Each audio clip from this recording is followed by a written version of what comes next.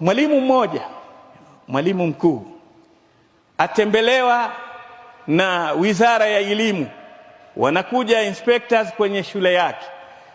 Saa 10 akaitisha assembly, akasema kesho kuna wageni wa idara ya elimu watatembelea.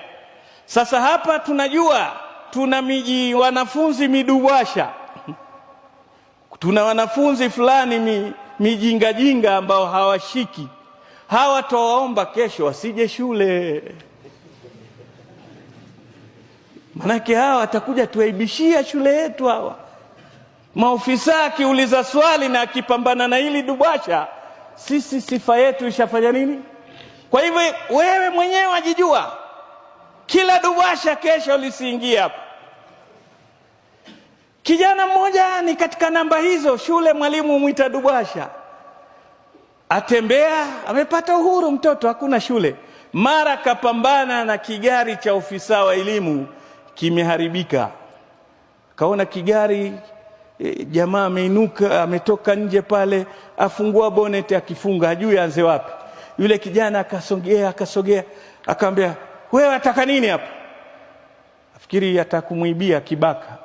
Amwambia, mimi babangu ni fundi mkubwa makanika, kwa hivyo mimi na baadhi ya maarifa kwa sababu babangu nishughulisha, hebu niangalie pengine ni tatizo dogo. Akafungua bonnet, yule akagusagusa garika, akamwambia, lakini hebu ngoja, hebu njoo. Atakutoa wallet, kisha akamwona, kwanza leo silikuwa uwe shule? Akamwambia, ni kweli. Na mbona uko barabarani? Asema, sisi katika madubwasha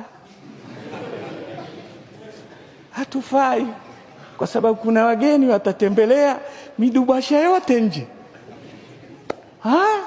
Sema ndio ametangaza hivyo mwalimu mkuu, akatupointi fulani, nyinyi msije kesho, take aibu ndogo ndogo.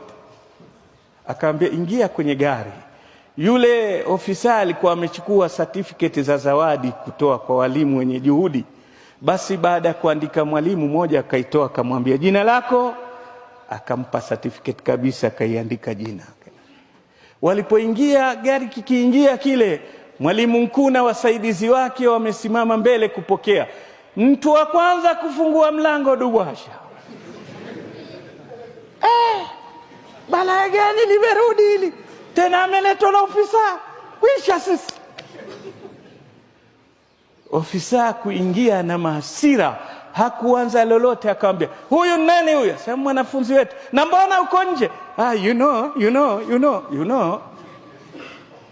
Akasema, sasa nyinyi ndio hamufai hapa shule, kwa sababu zile principles za ufundishaji zote nyinyi hamna. Si kila mtu atakuwa mzuri kwa moja, aweza kuwa si mzuri klasini, lakini huyu atakuwa fundi hodari.